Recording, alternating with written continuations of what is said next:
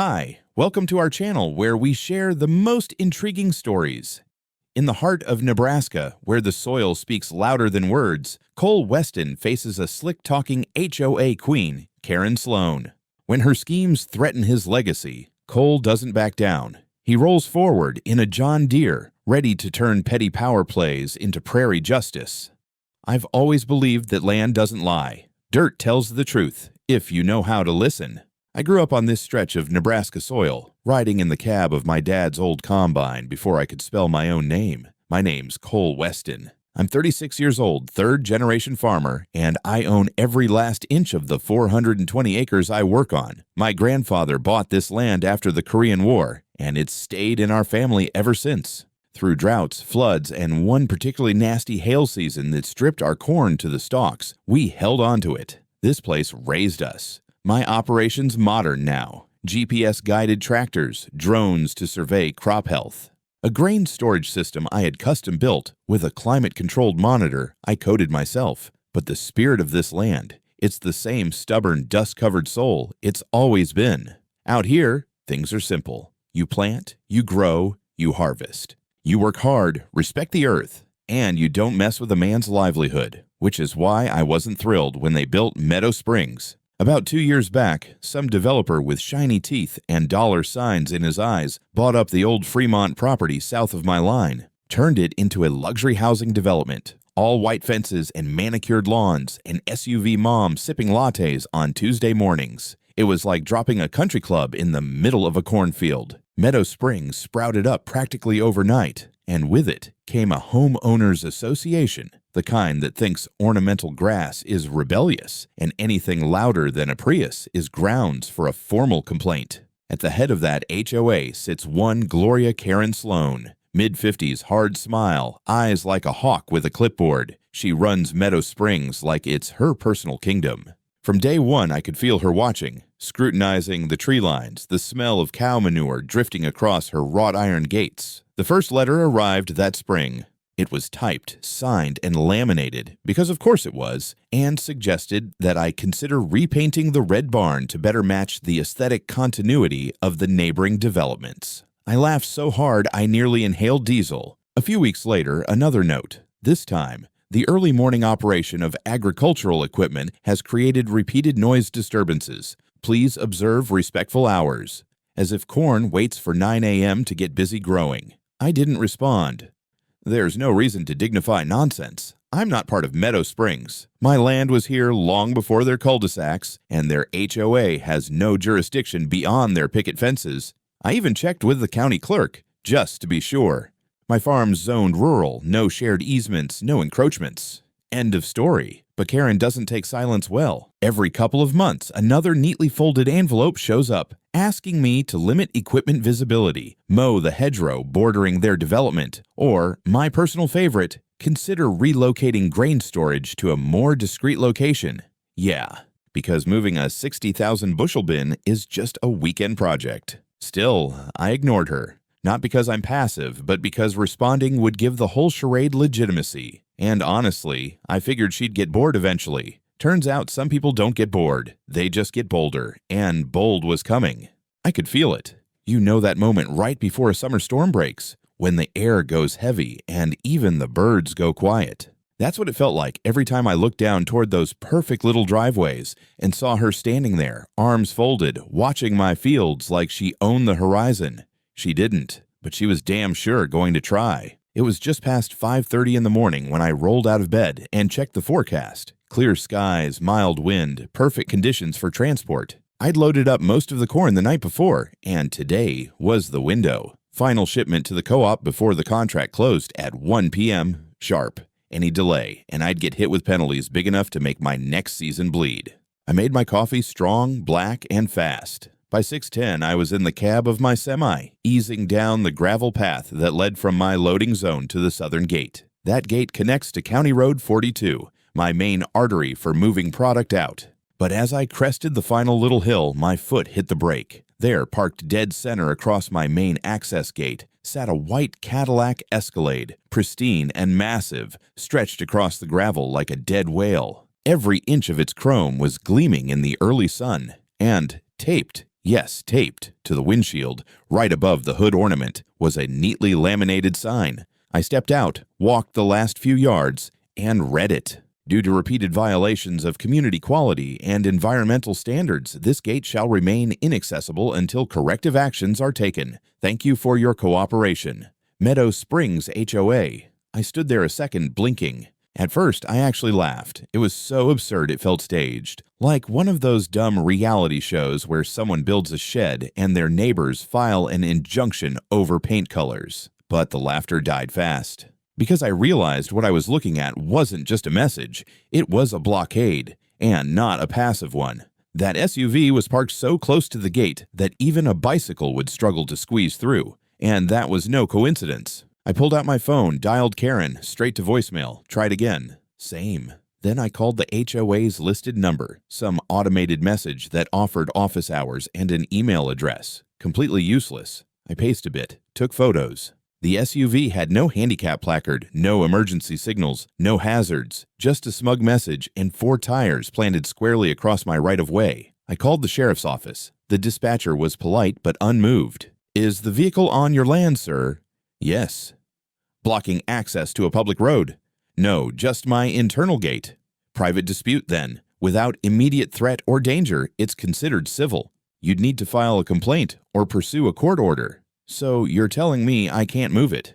"You can't touch it without risking liability, not unless you can prove it's abandoned." "But it's not, right?" I ended the call before my blood pressure cooked my eardrums. Now I was staring down a 6-figure shipment, a gate I couldn't open, and a luxury SUV playing King of the Hill on land it had no right to be on. The worst part? I knew this wasn't some HOA mistake. This was personal. Karen had crossed the line, literally and figuratively. She knew exactly what she was doing. She wasn't trying to talk. She was trying to squeeze. And if I didn't do something soon, my buyers would find someone else to take their grain, and I'd be left with bins full of product and an empty wallet. I took a slow breath, then reached into the cab of my truck and grabbed the drone controller. I launched the drone and hovered it 20 feet above the gate, capturing every angle, license plate, sign, even the tire tracks crossing onto my gravel. I made sure it was all recorded in crystal clear HD. Evidence. Because whatever happened next, I was damn sure not going to be the one who looked crazy. And still, despite the rising sun and the smell of diesel in the air, the SUV just sat there, proud as a monument, daring me to make the first move. I was still reviewing the drone footage from every angle, trying to calm my pulse, when my phone buzzed. Unknown caller. I let it go once, buzzed again. This time I picked up. "Mr. Weston," came the voice, smooth, rehearsed, and unmistakably smug. "This is Gloria Karen Sloan. I think we need to talk." I nearly dropped the controller. I stepped into the shade of the equipment shed and leaned against the metal wall. "Yeah," I said flatly, "you parked your damn Escalade across my gate. We definitely need to talk." She let out a soft laugh, like I'd just complimented her shoes. "Cole, no need for aggression. I simply think it's time we found a mutually beneficial solution to this ongoing friction between your operation and our community." "Your community has nothing to do with my land." See, that's technically true, but practically. We both know your farm butts up directly to the south perimeter. You're visible from 6 lots. Your equipment is loud, the dust is constant, and frankly, a number of homeowners have expressed concerns about health impacts. Health impacts from wheat? Let's not be cute. She paused then, like a predator timing the pounce. "I want to make you an offer," she continued. "I've spoken with a few of our residents who are very interested in expanding Meadow Springs, a buffer zone, if you will. You've got that stretch of open field running along the ridge, 60 acres, give or take. We'd be willing to offer $250,000, cash. We close quietly, you keep the rest of your land, and we can all move forward amicably." My first instinct was to laugh, but something in her voice stopped me. It wasn't a negotiation. It was a performance. She'd rehearsed this speech. She really thought I'd say yes. "That land's worth triple that on a bad day," I said. "And it feeds my business. You think I'm going to cut it off because your HOA wants a prettier view from the back porch?" "Don't be short-sighted," she said, tone tightening. "You're outnumbered. Our community is growing. Whether you like it or not, you're part of a bigger ecosystem now. The smart thing would be to adapt." I didn't answer. "I can withdraw the SUV," she added with exaggerated patience. I'll even make sure the next HOA newsletter formally recognizes the Weston farm as a valued neighbor. All you have to do is agree to the deal and sign." There was a long, empty silence. I could hear birds somewhere behind me, a distant truck on the highway, the steady hum of grain dryers. "Karen," I said, "let me be absolutely clear. You and your HOA don't get to dictate anything to me. My land isn't for sale. Not the back 60, not a square inch. Take your SUV off my gate before I move it myself." Her voice snapped like dry wood. "Be careful, Mr. Weston. You may own your acreage, but influence goes further than fence lines." Click. I stared at my phone, jaw tight. Influence. That was her game. She wasn't trying to resolve a problem, she was laying groundwork. Either I handed over land voluntarily, or she'd find another way to force me into submission. That SUV wasn't just a passive-aggressive message, it was leverage. And now I had no doubts. This wasn't about noise or tractors or barns. This was about expansion, power. She wanted my land, and she'd happily choke my business until I bled enough to sell. I lowered the drone and landed it, saving the footage in 3 backups. Then I walked toward the barn, my boots punching gravel, my brain already moving 2 steps ahead. Karen thought this was chess. She was about to find out I've been playing with real stakes since I could reach the clutch on a John Deere. By 7:30, I'd made up my mind. There was no grand epiphany, no cinematic swell of music, no dramatic speech to the cows. Just the cold, solid understanding that if I didn't take action now, I was going to lose not just a shipment, but control over my own damn land. I sat in my office for a few minutes, the drone footage already offloaded onto 2 hard drives and a cloud backup. Time-stamped, geotagged. Hell, it was cleaner evidence than half the court cases I'd seen on TV. The laminated sign was clearly legible, the SUV's license plate visible from multiple angles, and the gate was unmistakably blocked. I even had aerial shots showing the tire tracks curling off HOA pavement and right onto my gravel. I emailed it all to my attorney, Renee Shelton, with the subject line, "Karen blocked my gate. It's go time." Then I walked out into the yard and looked at the sun. Still plenty of time, but the margin was shrinking. The co-op's weigh station shut down their deliveries at 1 p.m., and I had about 50,000 bushels ready to go. That grain had been drying all week, monitored by the sensors I installed myself. It was pristine. Market rate had spiked 5 cents overnight. Every minute mattered. The combine sat at the edge of the barn, hulking and ready. My John Deere X9 wasn't built for speed, but she was reliable, powerful, and about the size of a small house. I fired her up. The diesel rumbled to life, loud enough to rattle the siding. I adjusted the seat, double-checked the cameras, and pulled her out into the yard. As I rolled toward the gate, I toggled the mounted drone to hover and record in real time. From the ground, I turned on the dash camera inside the combine cab. No one was going to accuse me of sneaking anything. By the time I reached the ridge, I could see 2 HOA security guards standing just outside the Meadow Springs entrance, one with a coffee cup, the other with a clipboard. They noticed the combine and started pointing. One reached for his phone. I didn't stop. I brought the combine to a full halt about 10 feet from the SUV. I idled for a moment, letting the cameras catch the shot. The Escalade gleamed, still untouched. The laminated sign still held to the windshield with 4 strips of decorative HOA tape. Then I eased the machine forward. It wasn't fast. Hell, it wasn't even aggressive, just methodical. 1 wheel up over the curb. The header didn't even need to engage. Just sheer weight and pressure did the job. The front of the SUV crumpled like a beer can under a work boot. The windshield spiderwebbed instantly, and the hood folded with a groan I could hear over the rumble of the engine. The roof buckled, mirrors snapped, the tires exploded with wet pops. I kept going, inch by inch, until I was fully across it. When I rolled off on the other side, the vehicle looked like it had been parked under a falling anvil. Flat, unrecognizable, completely out of the way.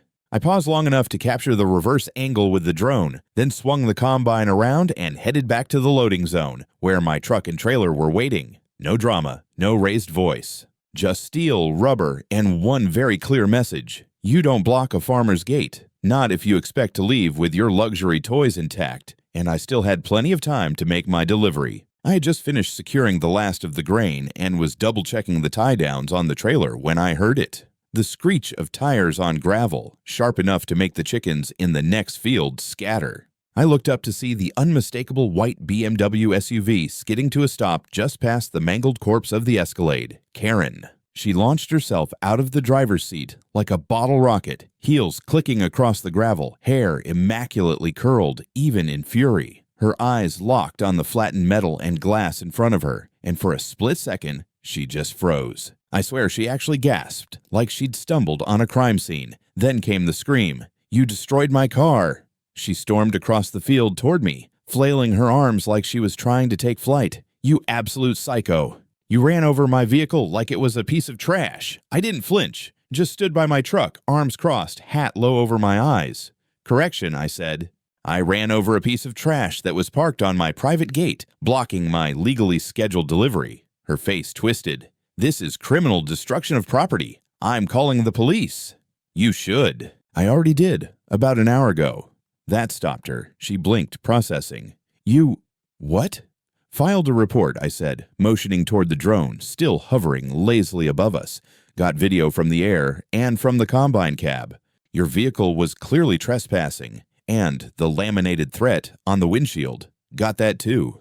She actually looked up at the drone like it was a UFO. A few minutes later, we both heard the second set of tires. This time, it was the county sheriff's department. 2 cruisers, light bars flashing. The deputies got out calm and professional, hands on their belts, eyes already scanning the situation. Karen charged them like she'd been waiting all her life for a courtroom drama. "Officers, that man deliberately destroyed my vehicle. Look at it. It's obliterated." One of the deputies held up a hand. "Ma'am, we need you to take a breath and step back. We're going to gather statements." She pointed at me like I was a war criminal.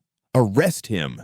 That was a $100,000 vehicle." The older of the 2 officers, a guy I recognized from a local zoning meeting, approached me. "Morning, Cole. Want to explain?" "Sure do," I said, calm as a lake. I handed him a USB drive. Footage from the drone and the combine. Her vehicle was parked blocking access to my property. I had a critical delivery to make under contract. She ignored calls. Sheriff's office told me it was a civil issue, so I cleared the obstruction. The deputy took the drive, nodded, and looked back at Karen, who was now pacing like a caged animal. "Ma'am," he said carefully, "is that your vehicle?" "Yes." "And did you park it on his side of the boundary fence?" "There is no fence." He tilted his head. "But did you cross onto his land?" She hesitated, just long enough. "I was making a point," she finally said. "He's been a constant nuisance to our community."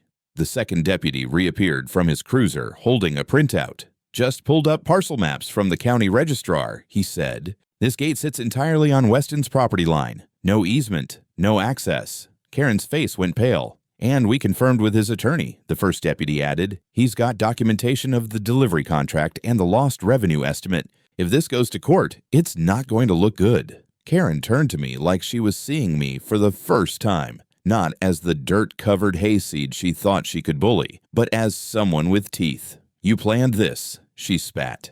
I smiled just a little. "No, Karen, you parked your car on a working man's gate during harvest season. You planned this." The deputies didn't make any arrests. Not yet. But they took official statements, logged the footage, and warned her that depending on what the DA decided, she might be facing charges for trespassing, obstruction of business, and possibly false reporting. She stomped back to what was left of her SUV, fuming, barely able to look at it without twitching. I watched her go, arms still crossed, heart steady. She thought this was the end of the story. She had no idea. It was just the warm-up. It took exactly 6 days for the lawsuit to land in my mailbox. I knew it was coming. Karen wasn't the type to take a loss quietly, but I'll admit I was still impressed by the sheer speed of her petty vengeance machine. The envelope was thick, legal-sized, and stamped with the kind of aggressive letterhead that screamed, "This will waste your time and money." Inside, a full civil suit filed in county court accusing me of malicious destruction of private property, reckless endangerment, and, my personal favorite, willful aggression against a community leader. I sat on my porch with a cup of coffee and read through the whole thing twice. She was suing me for $95,000, the full value of her Escalade, plus emotional damages. According to her complaint, she hadn't been able to sleep since the incident and now suffered from vehicle-related anxiety. No mention of course, that the car had been intentionally parked across the main access point to a working farm during harvest. I forwarded the whole thing to Renee. Within an hour, she called me, laughing so hard she had to take a breath before speaking. "Well," she said, "she just gave us the opening we needed." We filed our counterclaim the next morning, $145,000 for lost delivery contracts, emergency logistics rerouting, legal expenses, and the reputational damage from Karen's smear campaign in local circles. Renee didn't just go for the jugular, she brought charts, timelines, security camera stills, financial impact projections. It wasn't just a defense, it was a declaration of war. Turns out Karen had been busy long before she left tire tracks on my gravel. Renee pulled public records, and what she found painted a pretty damning picture. Over the past 3 years, Karen had racked up 3 separate civil citations for unauthorized use of adjacent land. One guy down the road claimed she'd had a contractor tear out part of his fence because it wasn't in harmony with the HOA's visual standards. Another neighbor got a cease and desist letter from her for hanging laundry in view of the street. This wasn't a one-off. It was a pattern. Worse yet, for Karen anyway, the county registrar confirmed what I already knew. My land was fully outside Meadow Springs' jurisdiction, not a shared easement in sight. I wasn't under their HOA, their rules, or their ornamental grass ordinances, but Karen wasn't backing down. 3 days after our counterclaim, I got a hand-delivered letter from her attorney, some slick-looking firm out of Lincoln demanding a public apology and restorative compensation. That phrase made me spit coffee. Restorative. Like I'd rolled over her SUV as a spiritual cleanse. Meanwhile, the story started leaking into local news. Small towns run on gossip, and this one had fuel for weeks. A few local blogs picked it up first. Then a regional ag site ran a headline that made me snort. "Farmer Flattens HOA tyranny. Grain wins the day." Suddenly, my voicemail was full of radio hosts, podcast weirdos, even a Fox affiliate producer asking if I'd do an interview. I declined most of them. I'm a farmer, not a show pony. But I'll admit, the attention helped. Public opinion turned fast. Comments flooded in from people who'd dealt with HOA nonsense before. Folks were cheering like I'd done something revolutionary. But it wasn't revolution. It was survival. I wasn't trying to become a meme. I was trying to protect my livelihood from a woman who thought rules were optional if you had a newsletter and a clipboard. Karen, meanwhile, doubled down. She started giving statements to anyone who would listen, claiming I was unstable, that I deliberately endangered the public, and that my combine was a threat to community tranquility. Renee just smiled when she read the quotes. "Let her talk," she said. "Every word digs the hole deeper." By the end of the week, court dates were set. Karen had fired her first shot, but now the battlefield was shifting. She wanted a war. She just got one. The thing about wars is they don't just happen in courtrooms or fields. Sometimes the real battles are fought on paper. Emails, meeting notes, little memos people never thought would see daylight. Renee, my lawyer, knew that better than anyone. A few days after the court officially accepted our counterclaim, she filed a discovery request targeting internal HOA communications, anything involving my name, my property, or development initiatives tied to the southern border of Meadow Springs. I figured we might get a few passive-aggressive board emails about my grain bins or dust levels. I underestimated just how deep Karen's campaign went. 2 weeks later, Renee called me, voice sharp with glee. "We got them," she said. "You need to come see this in person." I drove into Lincoln that afternoon, parked in front of her office, and found a manila folder on her desk that felt like it weighed 5 pounds. Inside were pages of printed emails, internal minutes from HOA board meetings, and handwritten notes that someone, likely Karen, thought were private. One email chain was dated 6 months before the Escalade incident. Subject line, South Expansion Possibility. It was a conversation between Karen and 3 HOA board members. She laid out a plan to acquire a 60-acre buffer zone from the Weston parcel to build an additional loop of homes, plus a private clubhouse and gated entrance. She even included a cost projection and potential legal pressure points. Pressure points. It wasn't just about buying land. It was about bleeding me dry until I sold. Another email, this one marked confidential, had a line I read 3 times. "If he won't come to the table, we create friction. Noise complaints, visual disruption reports, even environmental citations. Make him see he's the outsider now." I sat back in my chair, fingers tight around the pages. They had been plotting this like a real estate heist. Karen didn't just want to buy my land. She wanted to push me into a corner and force the sale. The SUV stunt, that wasn't spontaneous. It was Phase 2. The real bombshell came in a meeting transcript from the HOA's private session just a week before the gate was blocked. In it, Karen proposed the idea of a symbolic demonstration to assert territorial authority near my property line. Her exact words. The minutes even recorded some initial pushback. One board member voiced concern that it might be seen as provocative. Karen responded, "Sometimes a little provocation is necessary. People like him don't respond to polite conversation." I couldn't believe it. She saw me as some uneducated nuisance she had to manage like a pest. I'd worked this land my entire life. 3 generations of my family had, but in her eyes, I was just inconvenient scenery. Renee leaned back in her chair and folded her hands. This is gold. It's not just a civil dispute anymore. It's intentional interference, strategic harassment, and if we play it right, it could bring the whole HOA structure into scrutiny. And that's exactly what started happening. We filed to submit the emails and meeting records into evidence. The judge allowed it. Meanwhile, news outlets picked it up fast. The idea that a homeowners association had been plotting to squeeze a farmer out of his livelihood. That played well on every channel from local TV to national syndicates desperate for a good David and Goliath story. Karen panicked. She released a statement to the press calling the documents taken out of context. But that didn't stop the HOA board from going into emergency session. 2 members resigned within 48 hours. The county commissioner's office sent a notice requesting HOA compliance documentation for the last fiscal year. An audit was coming. For once, I didn't have to say a word. Karen had spoken loud enough for the both of us. And the whole damn county was listening now. The morning of the hearing, I wore my cleanest boots and my second best flannel because my best flannel had a rip in the elbow and I figured courtrooms preferred symmetry. Renee met me out front of the county courthouse in a blazer sharp enough to draw blood and a grin like she already knew the outcome. "Today's the day we hang her with her own words," she said, handing me a coffee and the thick binder she'd prepared for the judge. "Just keep your face neutral and don't roll your eyes." No matter what she says. Not even once. Not even once.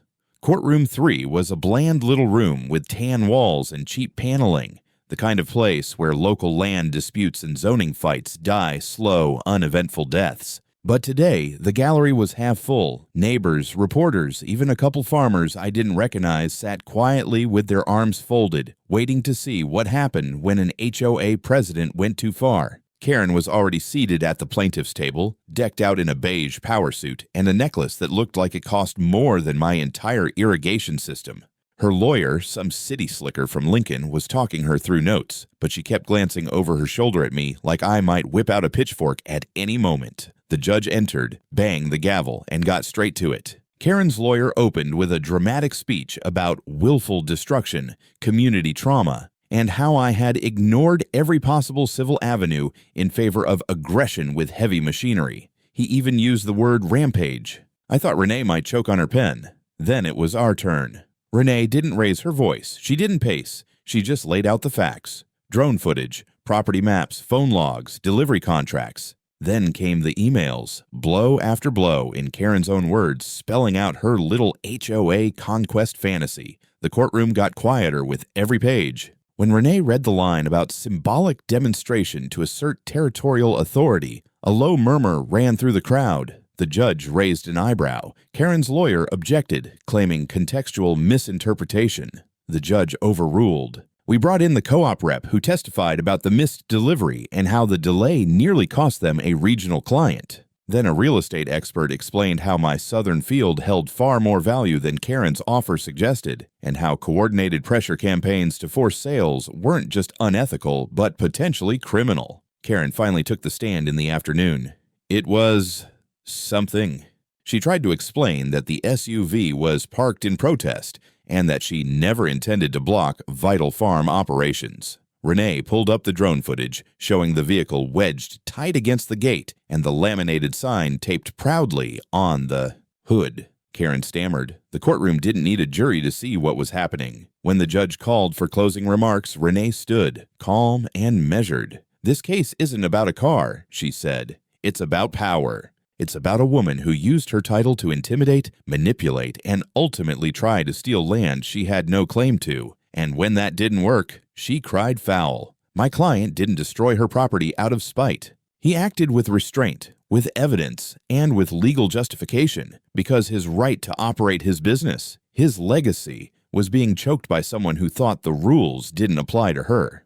Silence followed her words. Even Karen had stopped fidgeting. The judge leaned back in his chair, tapping his fingers together.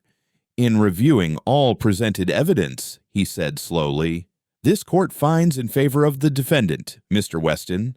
The plaintiff's claims are dismissed with prejudice. Furthermore, based on documented evidence of premeditated interference and harassment, this court grants Mr. Weston's counterclaim in full." I felt my knees go loose, but I didn't move. Karen's jaw dropped. Her lawyer whispered something sharp, but she just sat there, staring straight ahead. $145,000 in damages to be paid by Ms. Sloan personally, the judge added. This court is also forwarding documentation to the district attorney's office for review of potential criminal charges related to trespass, obstruction of business, and false reporting. Renee nodded. I let out a slow breath. It was over. Not just won, but crushed. And for the first time in weeks, I felt the ground under my boots settle back into something solid. The days after the verdict moved faster than harvest during a dry spell. Word spread like wildfire. I couldn't go into the feed store without someone clapping me on the shoulder or offering to buy me a beer. A grain buyer from 2 counties over shook my hand so hard I thought he'd dislocate something.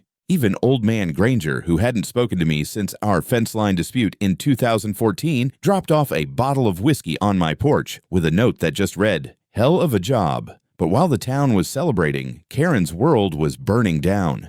The morning after the ruling, I got a text from Renee. "Check the county board agenda." I pulled it up on my phone, and there it was, in bold, Emergency HOA Oversight Hearing, Meadow Springs Homeowners Association. Turns out the audit we triggered with those internal documents had teeth. The county had started poking around into HOA finances and practices. What they found was messy, improperly filed development proposals, consulting fees paid to Karen's brother-in-law for neighborhood branding, unapproved surveillance cameras mounted facing non-HOA land, my land to be specific. By the end of the week, the county slapped the HOA with a formal violation, acting outside charter authority, including attempts to enforce policy on properties outside jurisdiction. That alone carried a hefty fine, but it didn't stop there. Karen was formally removed as president of the HOA in an emergency board vote. The new interim head, a retired Navy officer named Don Holloway, issued a public statement within 24 hours, calling her actions an embarrassing overreach of authority and promising full cooperation with county investigators. But the biggest blow came from the DA's office. They filed 3 misdemeanor charges against Karen: trespassing, obstruction of commercial activity, and filing a false police report. Each charge came with potential fines and up to 6 months in county jail. And because of her little symbolic demonstration email, they tacked on an accusation of malicious intent. I heard she tried to cut a deal, offered to pay the damages quietly, resign from the HOA, even move out of Meadow Springs altogether. The DA didn't bite. They wanted a precedent. Turns out, making an example out of an entitled HOA president who thought she was above the law was politically popular in an election year. Meanwhile, her civil liability didn't stop at the courtroom. Her insurance company denied her vehicle claim on the Escalade on account of her willful violation of property boundaries. She tried suing them too. That lawsuit lasted 3 days before it got tossed out like bad milk. I got a letter from her attorney, former attorney, offering a structured payment plan on the judgment. I told Renee to respond with 1 sentence: "We'll wait, with interest." And all the while, the media wouldn't let it go. Some syndicated talk show picked it up, ran with the headline, "Farm Justice: How One Man Flattened HOA Tyranny." The clip went viral. I didn't watch it, but my cousin said they used a toy tractor to reenact the scene with an Escalade made out of Legos. Honestly, fair enough. By the end of the month, Karen had gone dark. She'd been seen packing up her things, and rumor was she'd moved in with a relative out of state while her legal mess played out. Her house in Meadow Springs went on the market for sale by owner, which I found hilarious considering she used to call herself a real estate enhancement visionary. The HOA, under new leadership, issued a formal apology. A real one, not the PR garbage. They acknowledged their role, agreed to pay their own fines, and committed to limiting enforcement strictly within HOA boundaries going forward. The county agreed to lift the oversight order after a full year of clean audits. I didn't say much during all of it. I didn't gloat, didn't need to. The truth was loud enough.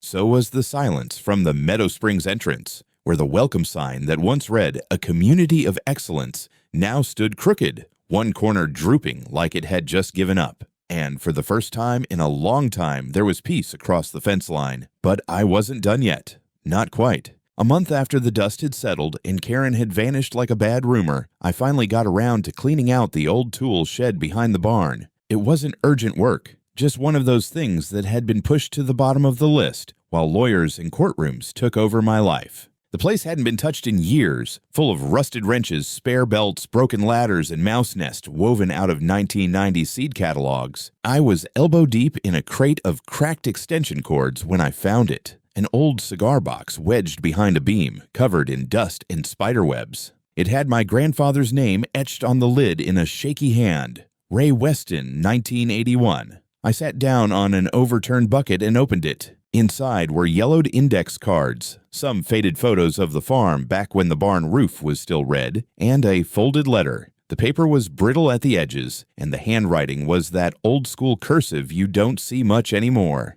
It started with, "If you're reading this, I hope it means the land's still ours." I read it slowly, like every word had weight. This land won't always be left alone. As cities crawl outward, someone will come knocking. They'll smile, offer checks, maybe try to play neighbor, but if they can't buy it, they'll try to grind you down. Not with fists, with forms, rules, noise, fake respect. You'll know it when you see it.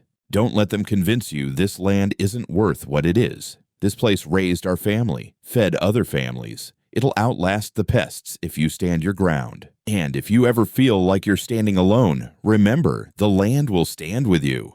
I just sat there for a while, holding that letter, listening to the wind push through the dry cornstalks outside. Grandpa had known. Maybe not the details, but the shape of it, the arrogance, the slow squeeze, the pressure dressed up like policy. He'd seen it coming 40 years ago. That afternoon, I put the letter in a frame and hung it in my office, just above the filing cabinet where I kept all the court documents from the trial, a reminder of what we protect and why. The next week, I finished welding the new arch over the main gate. It stood 10 feet tall and clean as a whistle, painted deep green with bold white letters, Weston Grain Co.